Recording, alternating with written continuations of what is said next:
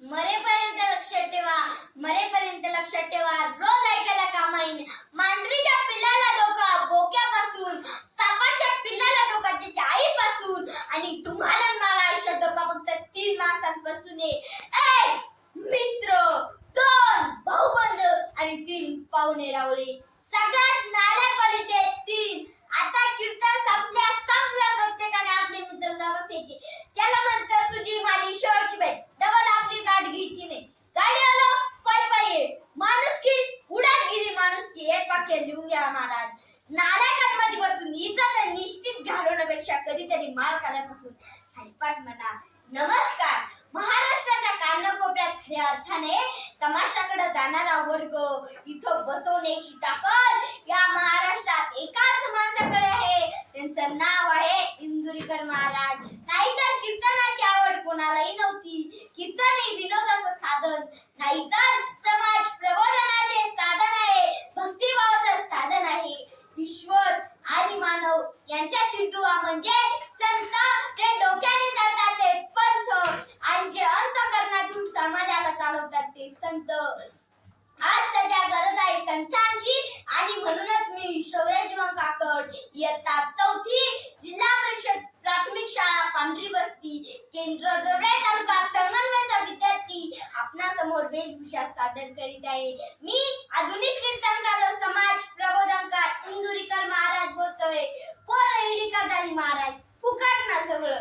70,000ची पर 10,000चा mobile, 1,000चा वायात बूट, routine करणार वळूदा. फक्त मिशा काढायच्या, बघत थिंडायचं, पुढील पायात बोकड्याचा आवाज काढायचा, मोटरसायकल चालवत असं कुत्र्याला असणार. ते माझाटलं ना, घर बांधायचं नाही, नीट काढायची नाही, अभ्यासाची काही गरज नाही. 70,000ची पर 10,000चा मोबाईल, 1,000चा पायात बूट, वरून बापाने 100 द्यायचे पेट्रोल खर्चायला. त्या दरिद्रीने 100 द्यायचे. तिथं आहे कुठीची की म्हणणार त्याचं नको ऐकू तो पहिल्यापासून तसाच शिकवत तो म्हणून सांगतो मुलांना चांगले वरण लावा. जय जय रामकृष्ण हरी हरी, जय जय रामकृष्ण हरी.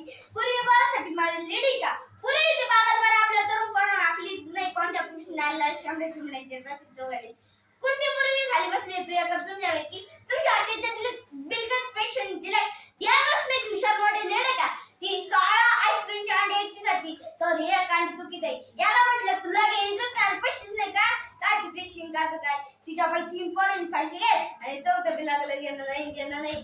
ती नाही म्हटली का याला लगेच म्हणायचं बस ती माझी नाही ना, कोणाचीच नव्हती. याला लगेच जाऊन वापर देऊन द्यायचा, मी तिच्याशीच लग्न करणार. तेव्हा बापाने पेट्रोल टाकायचं, मोबाईलचं बिल भरायचं, गॅसचं लफडं विस्तारायचं. बापने म्हटलं का त्या पुरी लगेच म्हणायचं तो नाही ना जगणं नाही. मग याला लगेच बाप दम द्यायचा. काय माहिती का, थोडं औषध घ्यायचं, चोळायचं वाटायला. बाप घाबराव म्हणून तो बाप जाणार म्हटला पिऊन त्याला लगेच शहराचे न्यायचं दवाखान्यात.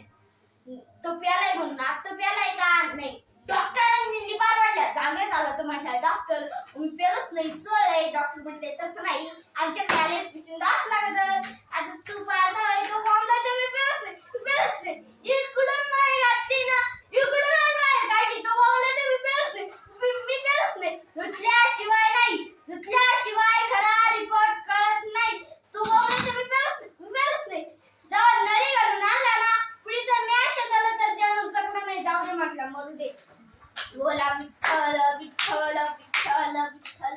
मी आज संत रामदेव महाराजांचा भंग घेतलेला आहे. चिंता काय करायची नाही, कटेवर हात आहे, विठेवर उभा आहे. तो जगाचा बाप आहे, त्याला आपली काळजी आहे. आपण तडफडून मरायचे नाही. आजच्या लोकांना 4च रोग आहेत. 1 माझी लाल करा, 2 मलाच माना, 3 माझ्या पुढं कोणी जाता कामा नये, आणि 4 मलाच पैसा पाहिजे. त्याच्यापैकी लोकांना 5वा रोगच नाही. आता मला सांगा या जगात देव आहे का. अहंकारी गमेंडी माणसं म्हणतात या जगात देव नाही. मग मी तुम्हाला एक प्रश्न करतो. या महाराष्ट्रात साखर सम्राट आहे, शिक्षण सम्राट आहे, बचत गट सम्राट आहे, असे अनेक प्रकारचे सम्राट आहे. मग या महाराष्ट्रात रक्त बनवण्याचा कारखाना कोणी का काढला नाही. उत्तर आहे का अन्नाचे रक्त करतो, अन्नाचे रक्त करतो, त्याच नाव देव आहे. देव संत ज्ञानेश्वरांनी लोक कल्याणासाठी ईश्वराकडे पसरता मागितले. दान धर्मात सर्वजण सुखी होतील. पण माऊली ऐकत असे कोणते दान करावे म्हणजे आपले पुण्यकर्म फळायला लागतील. तर एका मंडळी रक्तामध्ये कंपनी तयार होत नाही, ते माझ्या तुमच्यात तयार होते. तेव्हा रक्तदानाचा संकल्प करूया. रक्तदान हे जीवनदान, ते वाचवते लोकांचे प्राण. रक्तदान ही सामान्याची सेवा आहे, त्यालाच आपण ईश्वरसेवा मानूया. रक्तदानाने आपण एखाद्या गरजू व्यक्तीचे प्राण वाचवू शकतो. रक्तदान हे आजच्या युगातील सर्वश्रेष्ठ दान आहे. दान हे पुण्य असेल तर रक्तदान हे पुण्य आहे. रक्ताचा प्रत्येक थेंब आहे मूल्यवान. जो रक्तदान करतो तो दुसऱ्याच्या जीवनाचा दिवा लावतो. रक्तदान करून राष्ट्रीय एकात्मता वाढवा. बोला विठ्ठल विठ्ठल विठ्ठल विठ्ठल. जिवंतपणी रक्तदान तर मृत्यूनंतर काय? मृत्यूनंतर दान करता येईल अशी गोष्ट आहे तुमच्याकडे, जिचे दान तुम्ही मृत्यूनंतरही करू शकता. पण याचा निश्चय तुम्हाला जिवंतपणीच करायचा आहे. मृत्यु से पहले पुण्य कर जाना, अपनी आंखें किसी को दान कर जाना. आपले अनमोल डोळे दान करून एखाद्या अंधारमाईच्या जीवनात प्रकाश बसू शकता. डोनेट युअर आयज, सी द वर्ल्ड टाइम. नेत्रदान तुम्ही एकदा कराल, पण हे जग तुम्ही दोनदा पाहाल. जीवनपणी आणि मृत्यूनंतरही नेत्रदानाचा संकल्प करूया. नेत्रदान ही काळाची गरज आहे. जगाचे सौंदर्य डोळ्याशिवाय काहीच नाही. डोळे नसल्याचे दुःख, डोळे नसल्याचे दुःख त्यालाच ठाऊक आहे, ज्याच्याकडे दृष्टी नाही. निळ्या डोळ्यांची अभिनेत्री विश्व सुंदर ऐश्वर्या रॉय ने सुद्धा देखील सुंदर डोळे दान केलेले आहे. ती नेत्रदान अभियानाची ब्रँड ॲम्बॅसेडर आहे. तिच्याकडून अनेक लोकांनी प्रेरणा घेऊन नेत्रदानाचा संकल्प केलेला आहे. मग आपण कसली वाट पाहतोय? चला तर आजच सर्वांनी नेत्रदानाचा संकल्प करूया. या पांडुरंगाची भेट व्हावी म्हणून तळमळणाऱ्या जीवाने मी आधुनिक कीर्तनकार या नात्याने एकच सांगू इच्छितो.